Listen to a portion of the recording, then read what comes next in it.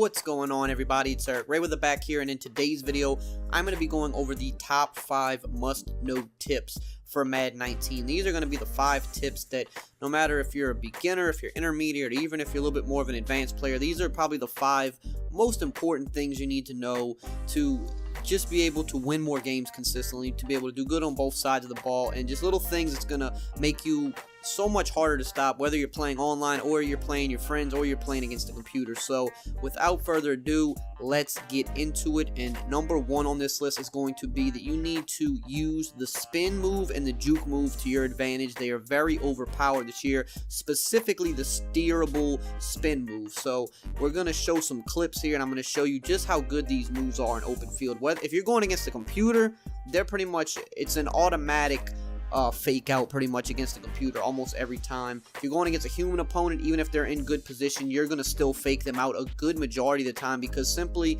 the game is very animation based. In the spin and juke move, there's usually an advantage to the offensive side of the ball. Even if your defender is in good position, these moves are going to fake them out almost every time. You're almost guaranteed to fake the first defender out. So the spin move that you want to do is the steerable spin. When you get your guy in a one-on-one on the outside, you see here we're doing this toss play to Le'Veon Bell, and we keep getting the safety running at us. Once we get him at that perfect angle where he's trying to run across us to make a tackle, we want to hold the left trigger, the right trigger, and the B button. If you're on PlayStation, it'll be the L2, R2, and circle button, and then you're going to be able to just spin away from the defender almost every single time. It doesn't matter if you're running the ball or if you're passing the ball, which we're going to show in a minute. It is almost a guaranteed fake out every time, and there's many occasions where you can go down the field and literally fake somebody out, you know, fake one guy out, run 10 more yards, and then another defender's coming at you and you fake him out as well. Now the juke move that we want to do is just the basic juke, just flicking the right stick either left or right. So if you're running on the right side of the field, typically you're going to be juking back left because the defender is going to be, you know, kind of running to the boundary, the out of bounds line. You want to juke back inside. If you're on the left side, you're going to juke back to the inside to the right. It's just a flick of the stick. The spin move is better. It's harder to guard, but you're going to definitely be able to fake people out with either move every time, and the computer is pretty much a guaranteed fake out. Now another thing you want to do with the spin is you want to spin after you catch the ball typically, because what it does is it, number 1, it kind of just immediately stops your momentum, which is honestly kind of stupid, but it just works that way. It stops your momentum and it'll immediately take you upfield. So watch here with Antonio Brown.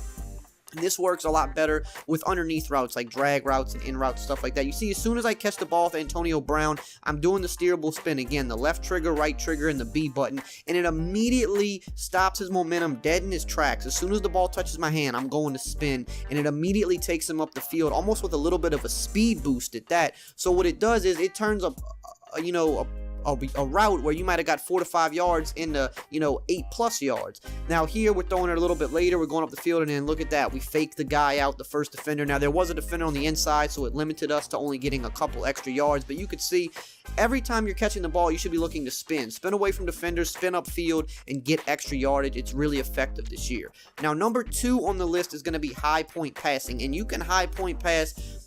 At this point of the game, the way the game is right now, you can almost high point pass and aggressive catch all over the field. But where this is the most useful is inside the red zone when you're trying to score.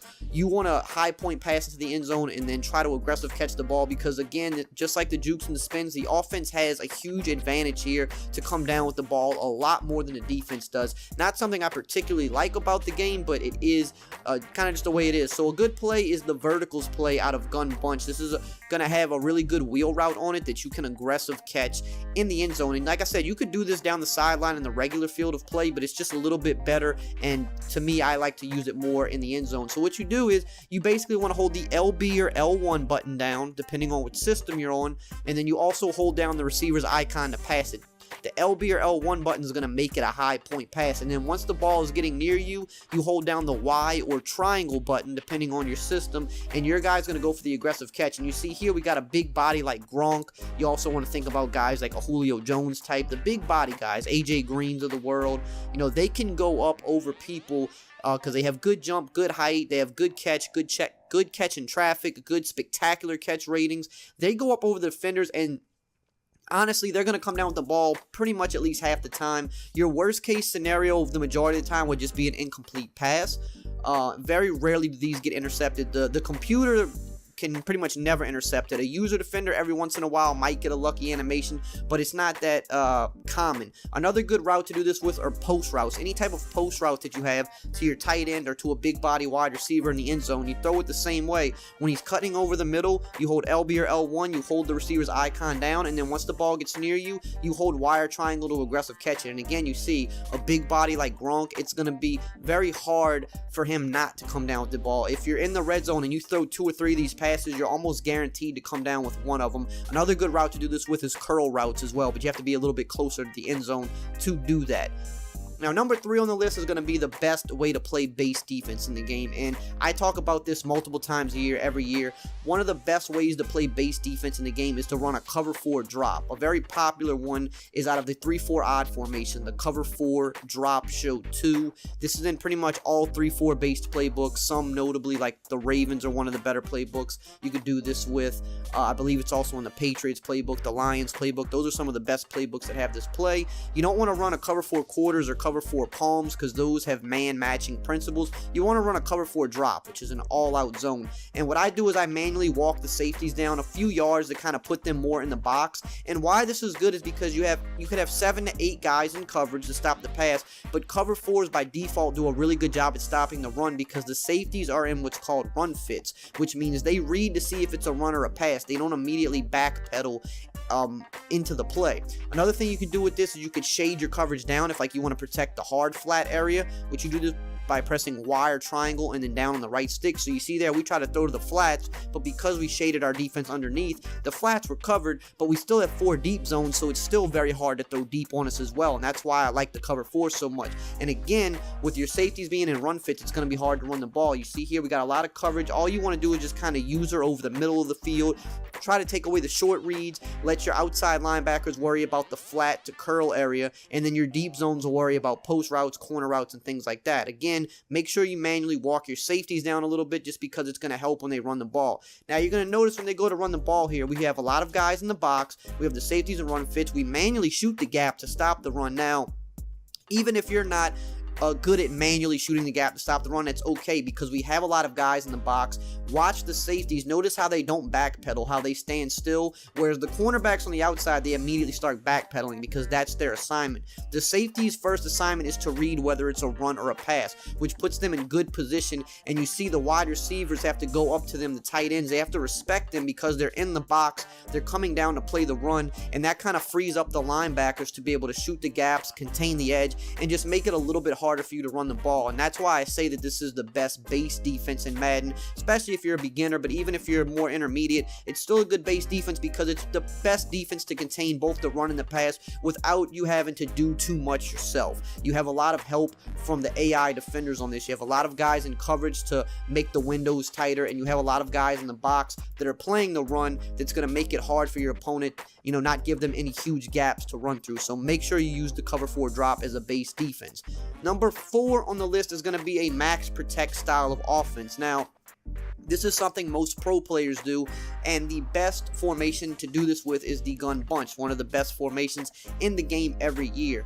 Why is the max protect offense good? Because in Madden, you really only need 3 routes on the field to move the ball, and by having extra blockers, it makes it incredibly hard to blitz you. How do you max protect? You do this by pressing the LB or L1 button, and then you go up on the right stick. That's going to block your running back and your tight end. Why this is so good out of gun bunch is because you get an extra blocker on each side of you. You get a tight end and a running back. And then all you really need on the field is you need these 3 routes. You need one deep route like a fade or a streak. Then you need one type of route that's going to cross the field like a post route or a deep crossing route, and then you need some type of an underneath route like a drag route or an in route. And what this does is it makes it hard for your opponent to both blitz you, but you have routes running in opposite directions, and you also have a deep route that stretches the defense and opens up holes. So you see here we have the deep route, which is a post. We can let that cross the field, or if it was a deep crossing route, it would work the same way.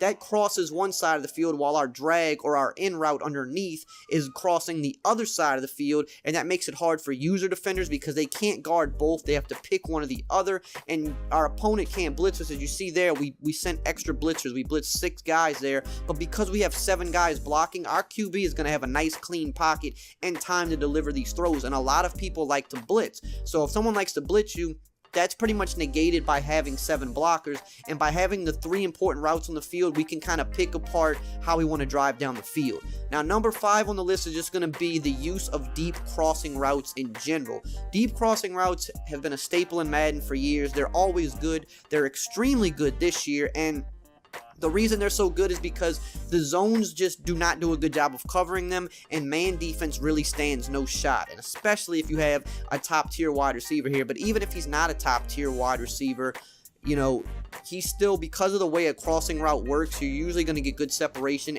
against man, and like I said, zone just does a bad job at covering it. You can find deep crossing routes in every playbook in the game. You have a lot of really good ones out of trips, like, you know, trip sets, trips tight end flex, wide trips. You're always going to have good crossing routes, and you're going to notice that as this crosses the field, we're going to run this against a variety of different zone looks, against man looks, and it's going to be open every time. Sometimes the window's smaller than others depending on the coverage, but the window is always there, because this is just truly one of those routes that the AI in Madden just has never really been able to defend that well. So what's good about this is you force your human opponent to have to manually take it away, and if he doesn't, you can hit this every time. Now keep in mind, the route does take a minute to develop, so if they're sending a pass rush at you, you have to always be ready to check the ball down. But if you're playing against someone that plays vanilla base defense, or you're playing against the computer, this route is pretty much always going to be open. As you see, this deep crossing route, whether it's man, whether it's zone, it's always open. You just want to make sure you keep it checked down underneath, a drag route or an in route, something underneath, just